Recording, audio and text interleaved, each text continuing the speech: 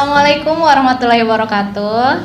Kembali lagi semuanya dengan saya Dede Farida di acara Ngopi nih, ngobrol perihal isu terkini. Saat ini kita kedatangan tamu yang spesial kalau menurut saya ya. Martabak dong. Kayak martabak dong. Ya, di samping saya ada siapa Mas? Siapa ya? Silakan mengenalkan diri sendiri. Mau dikenalin aja deh. Oh, kenalin aja. Dia malu pemirsa. Bercanda. Di sini ada Mas Husni Abdul Aziz SPD. Iya. Benar kan? Betul. Ada SPD-nya ya sekarang. Amin, Karena baru lulus kemarin. Perjuangan kan? Begitu. Berapa tahun? 5 tahun ada? Iya, enggak. 4 tahun lah. Oh, 4 tahun lebih dikit. Wih, keren. Jadi beliau ini selain sebagai milenial Kota Serang yang dinobatkan hari ini ya. Kira-kira begitulah. Orang bilang begitu ya. Saya juga nggak tahu ditinjau dari aspek mana gitu ya. Apa karena produk lokal gitu kan? Aduh.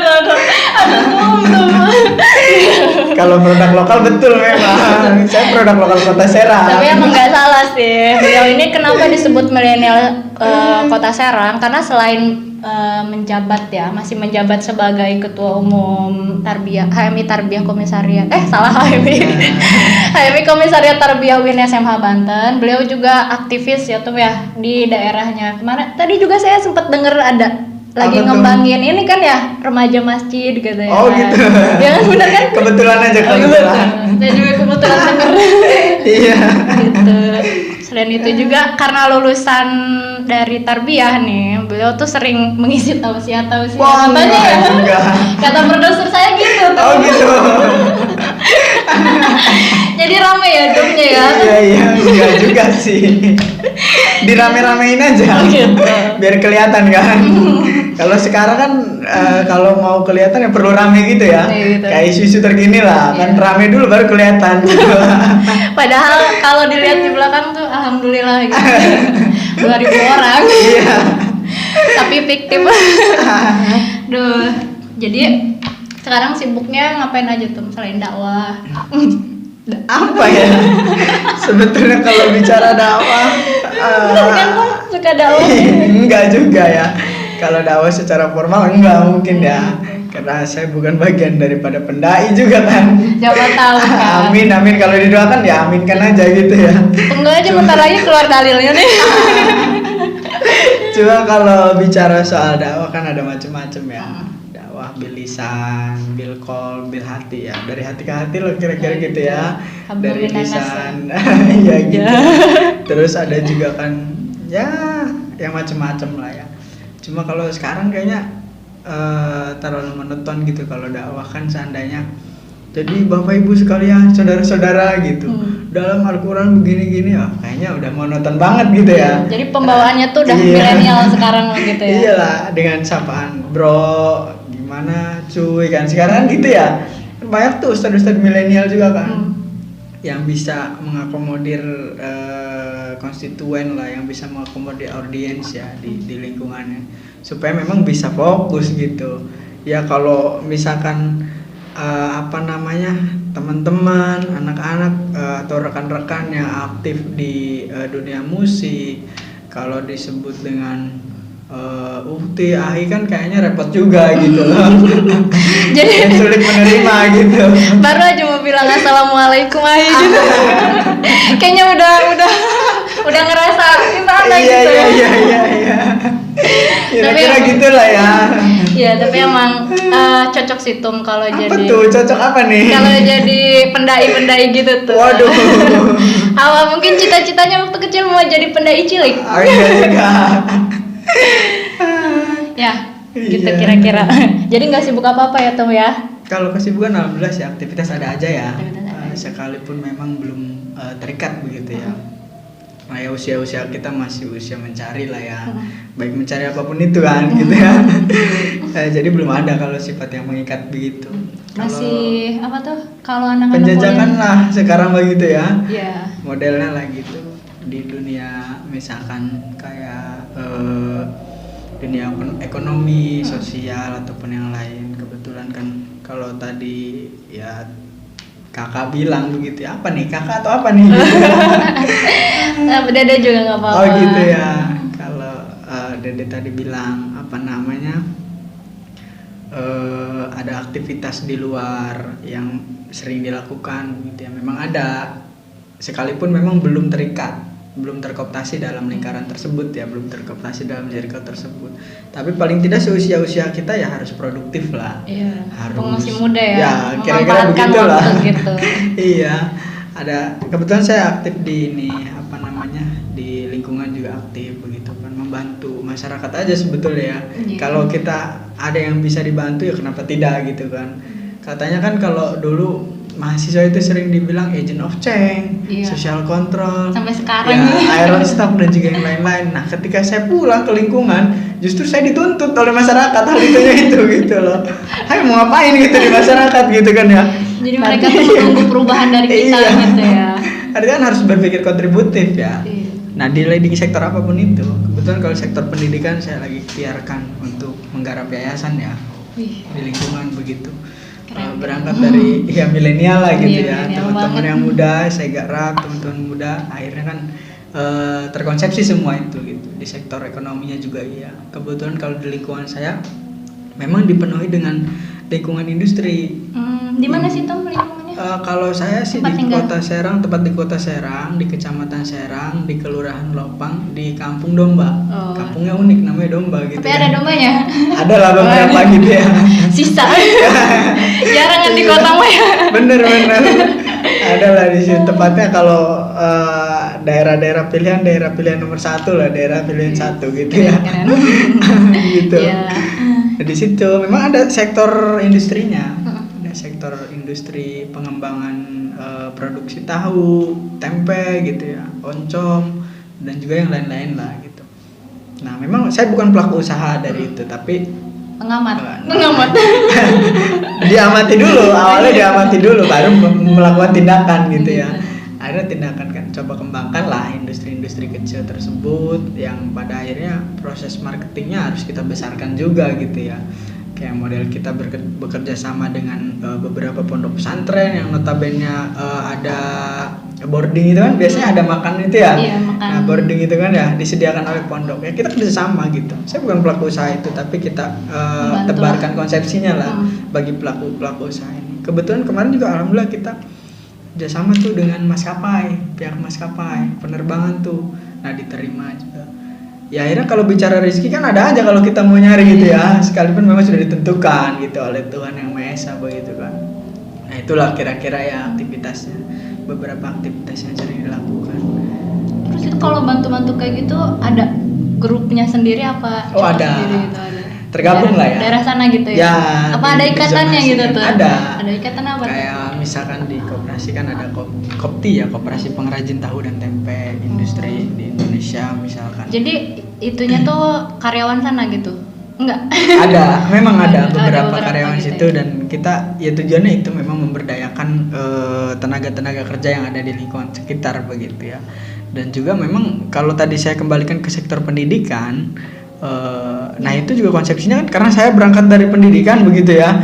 Ya kalau mau loncat ke SPD. politik SPD. kalau mau loncat ke politik juga kayaknya aduh agak jauh nih, perlu proses gitu ya. Jadi ya ke sektor pendidikan dulu lah gitu kan. Akhirnya kembangkan gagasan tersebut begitu ya. Saya dirikan yayasan di lingkungan, saya akomodir tuh anak-anak di lingkungan tersebut untuk aktif, untuk sekolah lebih lanjut lah gitu ya. Bahkan sampai perguruan tinggi selanjutnya lah gitu kan, sampai gelar SS berapa gitu kan. SSSM. Iya. Nah, dari situ memang sudah tercover orang-orangnya. Alhamdulillah sudah berjalan sedikitnya begitu ya dalam proses ikhtiar gitu. Alhamdulillah. Inspiratif banget ya teman-teman. Nah, menurut Ketum sendiri, gimana sih menanggapi hal tersebut gitu? Karena emang pasti ketika mendengar ini yang lagi booming banget nih, punya tanggapan tersendiri lah Oh, gitu. betul. Kita juga pengen denger nih tanggapan dari Ketum gimana Aduh, gitu. mau ditanggapi aja nih. Jadi gimana ya bicara soal ini, anak-anak muda Aturan. sekarang kan biasa ya biasa bilang tuh biasalah gitu, rame-rame menyikapi soal ini. Ulang-ulang tuh. Biasalah gitu.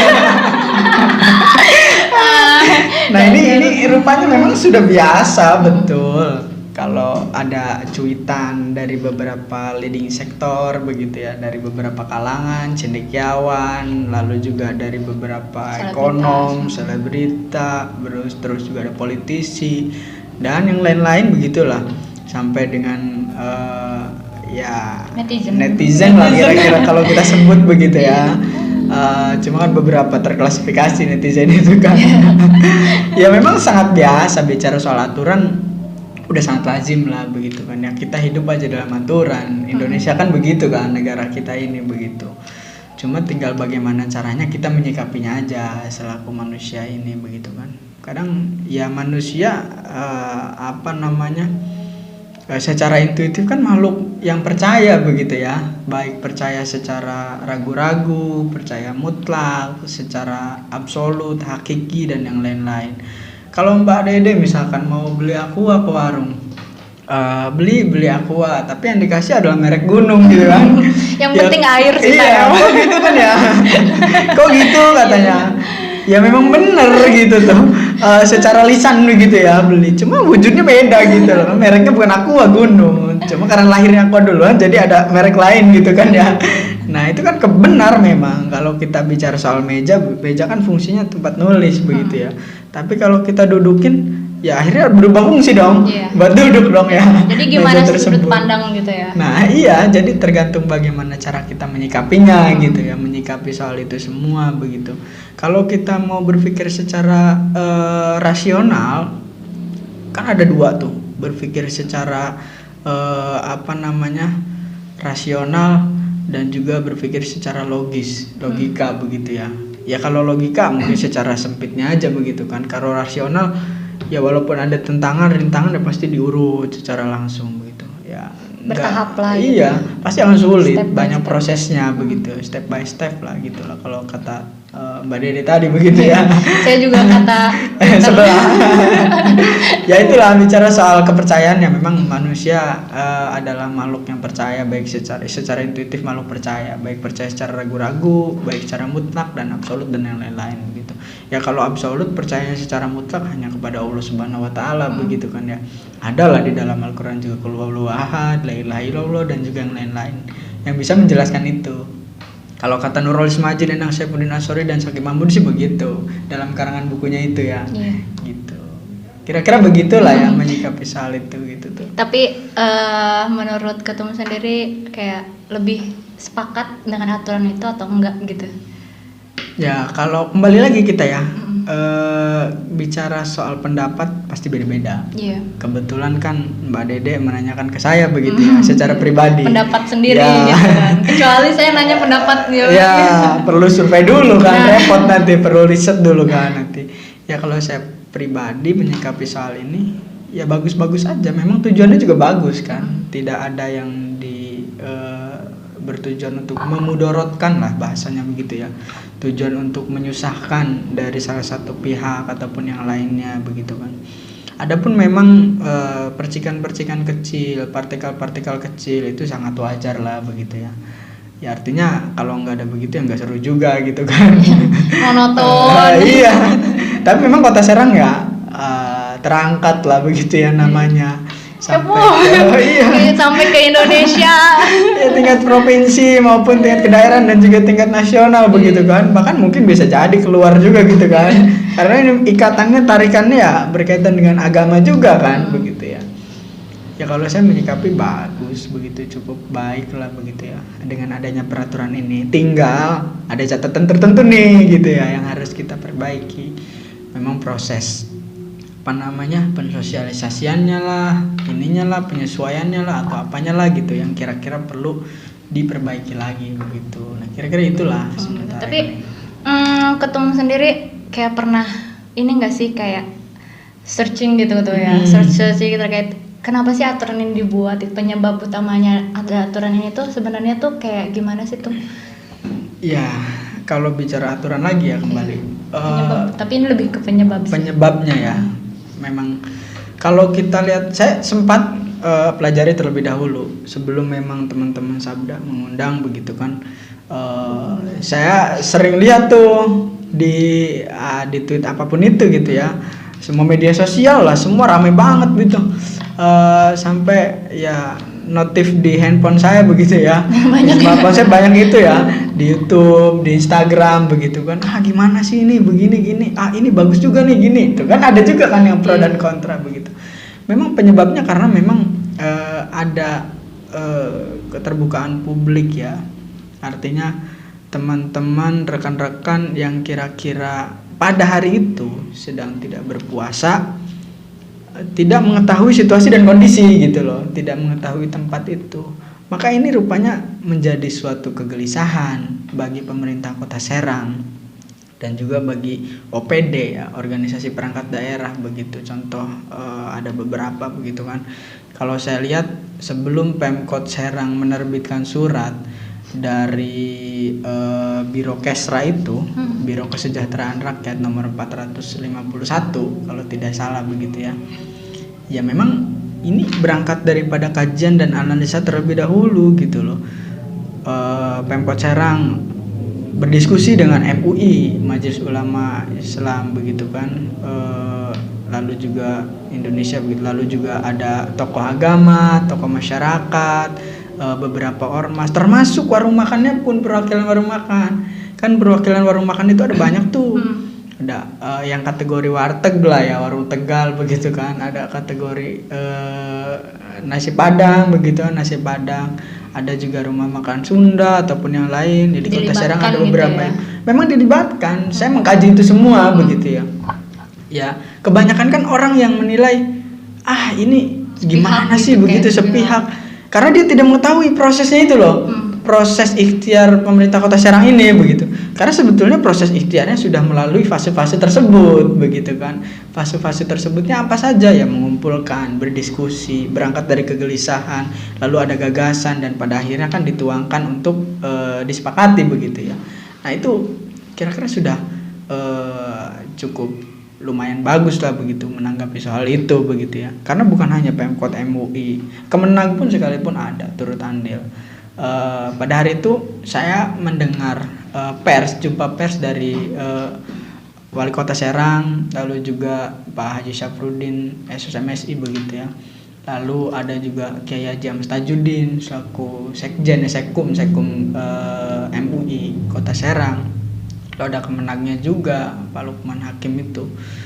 Nah, Pak Lukman, itu kira-kira bagi saya sudah cukup mewakili begitu, karena di dalamnya tersebut unsur aparatur pemerintahan yang ada di lingkup Kota Serang, OPD itu termasuk Polri, Polres, Polisi Resort Kota Serang itu dilibatkan juga gitu loh.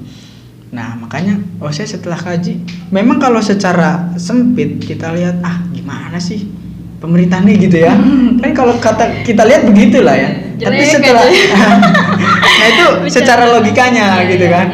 Tapi kalau bicara soal secara rasionalnya, kita telusuri ya, mahasiswa apalagi kan harusnya katanya kritis dong, insan akademis. Kira-kira akademis kan nggak bisa dong kita tahu aqua sampai situ aja, cari tahu dong berasal dari mana gitu kan. Itulah disebut dengan mahasiswa gitu, nggak provokatif lah gitu kan.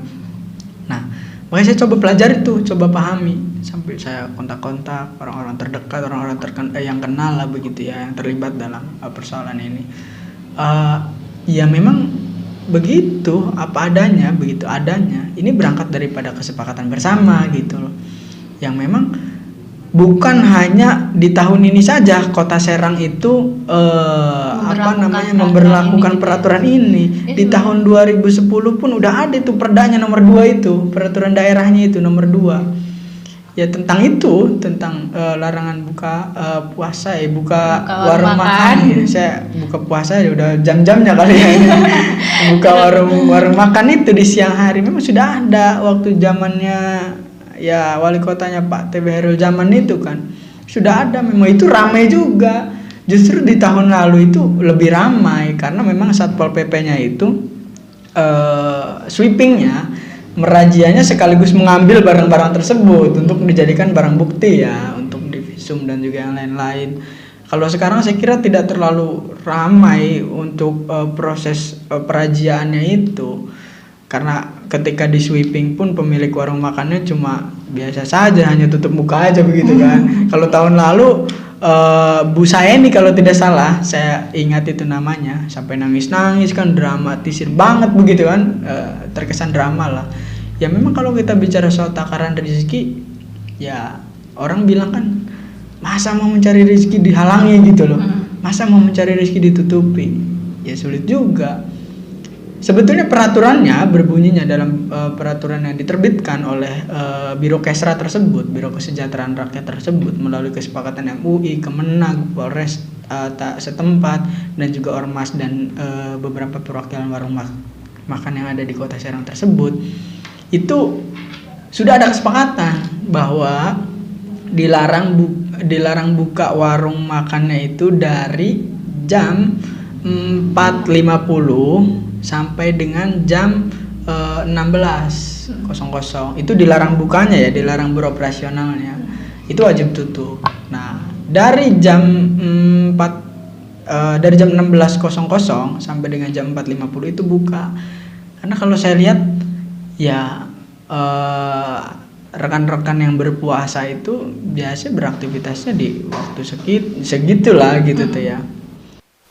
Nah, berbicara peraturan tadi sih, emang sempat yang bikin booming banget yang sekarang itu sebenarnya ada ada beberapa sudut pandang gitu kan.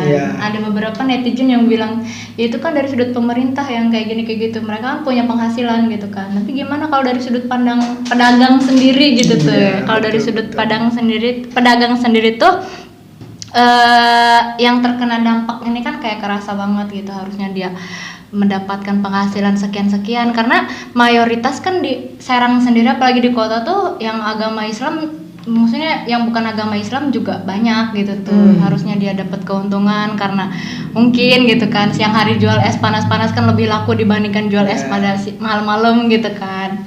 Menurut Ketum sendiri gimana? Saya kembali lagi coba mengungkit persoalan puasanya terlebih dahulu ya. Memang secara keseluruhan, secara agama pun umat Islam diwajibkan untuk berpuasa begitu ya. Rujukannya dalam Quran surat Al-Baqarah 183 tadi begitu kan. Ya ayyuhalladzina amanu kutiba alaikumusiyam kama kutiba alal ladzina min qablikum la'allakum tattaqun, ayat mamadudat. Nah, itu kira-kira rujukannya, hai orang-orang yang beriman, diwajibkan atas kamu berpuasa begitu kan. Nah, itu kira-kira rujukan yang sangat secara garis besar lah ya, secara umum begitu. Walaupun memang pada kenyataannya umat Islam terkhusus di Indonesia ya umumnya di seluruh dunia ada rukhsah tersendiri begitu ya, ada keringanan, lalu juga ada orang yang bisa berpuasa ataupun tidak karena ada beberapa halangan dan lain-lain gitu kan. Ya, itu sangat diwajarkan begitu. Kalau misalkan kaum Hawa juga kan misalkan ada halangan uzur atau apa begitu kan, ya itu sangat diwajarkan begitu. Nah, itu memang yang di zoom in kan oleh masyarakat hari ini begitu. Bagaimana kalau seandainya masyarakat Kota Serang ini ada yang sakit, ada yang begini, katanya begini gini. Pokoknya nggak bisa puasa aja gitu ya. Netizen rame lah dari sana. Nah, itu ya wajar juga, memang tidak bisa disalahkan karena itu adalah sebuah keadaan begitu ya, tidak bisa dipaksakan dan kita pun tidak tahu dalam waktu sekian nih kita sudah mengukur bakal sakit begitu kan, nggak tahu gitu kan ya, sakit, jodoh, maut, sampai dengan rezeki itu kan sudah ada yang mengatur Allah Subhanahu wa taala begitu kan. Nah, bicara itu semua saya kira sudah ada pada umumnya begitu ya, tinggal bagaimana caranya kita menyikapinya saja begitu kan. Kalau kata Quran surat At-Tolak itu kan ya bicara soal takaran rezeki ya sebetulnya sudah ada yang mengatur gitu. Kamu jangan khawatir nggak bisa makan hari ini. Sujiwo Tejo bilang itu kalau kita udah merasa nggak bisa makan besok itu sama saja sudah menghina Tuhan gitu. Sujiwo Tejo itu ya budayawan yang bilang, saya representatifkan dari Al-Quran lagi yang bunyinya wa may yattaqillahu yaj'al lahu makhraja. lalu juga wayarzukumai yatakillah waman haitsu la yahtasib itu kan, akhirnya rezeki itu didatang dari pintu yang tidak diduga-duga loh.